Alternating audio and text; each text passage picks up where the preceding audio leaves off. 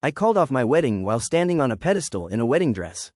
I met Caleb my freshman year, in the worship band at the campus ministry where everyone assumed we'd both marry someone from inside the group eventually.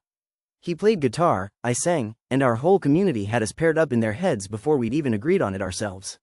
We started dating sophomore year, got engaged junior year, right on schedule.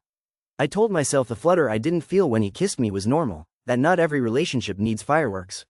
6 months before the wedding, his sister Meredith took me dress shopping, 3 stores, mimosas in little plastic cups, my mom crying in the corner of every fitting room. I tried on the 5th dress of the day and stood on the little pedestal in front of the mirrors while Meredith video called Caleb so he could see. His face lit up my phone screen, grinning, and I watched him watch me in that dress, and something in my chest just refused to move. I collapsed onto the bench in the fitting room, and Meredith crouched down thinking I was just overwhelmed. "Brides cry, it's normal," she said, rubbing my back, already reaching for the tissues in her bag like she'd packed them for exactly this moment. I told her I needed a minute alone, and the second she stepped out, I looked at myself in the mirror in that dress and started shaking, not from joy, from the sudden, complete certainty that I could not marry this man. Not because he'd done anything wrong. He was kind, steady, exactly what he appeared to be. The problem was entirely mine. I had never once, in 3 years, wanted him the way I was supposed to, and a lace bodice and a video call weren't going to keep hiding that from me anymore.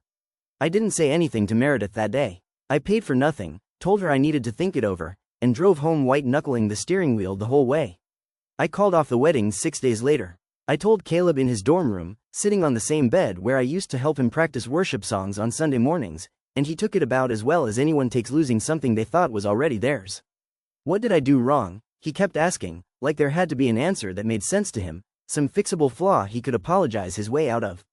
I told him the truth as gently as I could, that I didn't think I was built to want a husband at all, and that I needed to actually find out instead of guessing my way into a marriage. He didn't believe me, not really. He thought it was cold feet dressed up in bigger words, something a long engagement could cure. For months afterward he kept finding reasons to show up wherever I was. The campus coffee shop I liked, the parking lot outside my apartment, group hangouts nobody had told him about but he came anyway, standing near the door like he was waiting for an invitation back into my life.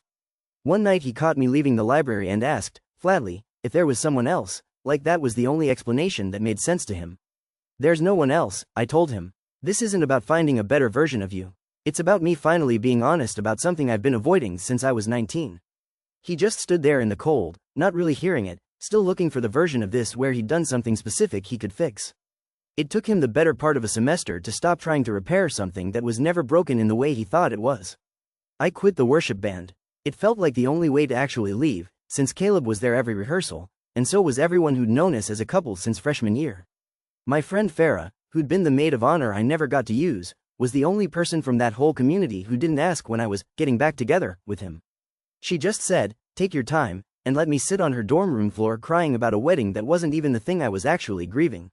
She was also the first person I said the actual words to, months later, sitting on that same floor. "I don't think I've ever wanted a man at all." She didn't flinch, she just asked if I wanted tea, and then asked, half joking, if this meant she finally got to take me shopping for something that wasn't a bridesmaid dress. Half a year after the breakup, I met Jordan at, of all places, a laundromat near my new apartment, both of us annoyed about a broken dryer eating our quarters. We talked for 40 minutes waiting for machines that were never going to be free, about nothing important, and somehow that felt easier than 3 years of conversations with Caleb ever had. She asked me to get coffee sometime, and I said yes before I'd even fully processed that a woman had just asked me out and my entire body had said yes immediately. No flutter checking required, no talking myself into anything. It was the easiest yes I'd said in 3 years. On our second date she reached for my hand crossing a street and I remember thinking, so this is what it's supposed to feel like. Being with Jordan didn't feel like a revelation exactly, it felt like exhaling after holding my breath since I was 19. I finally understood what people meant when they described wanting someone, because I'd spent 3 years assuming that feeling was a myth invented for movies and other people's relationships. Telling my mom about Jordan was its own hard conversation. She cried, though not the happy kind this time, and asked if this meant the wedding made sense now, like my whole identity was an explanation owed to her. It still isn't a conversation we've fully finished, but at least it was one I got to start on my own terms, in my own time, which is more than I can say for how the engagement ended. Caleb eventually got engaged to someone else about 2 years later, and I heard through mutual friends that he's happy now, genuinely, which I'm glad about even though I know I'm the reason he had to start over. Meredith still sends me a birthday text every year, a little stiff, like she's not sure if she's allowed to, and I always answer. I don't regret the engagement, weirdly. I needed to stand on that pedestal in that dress to finally understand what I'd been avoiding understanding for years. I just wish it hadn't cost him a cancelled wedding and a whole semester of him showing up places trying to talk me out of a decision that had nothing to do with him at all, and wasn't his to fix in the first place. Would you have called it off in the dressing room, or waited until after the wedding to figure yourself out?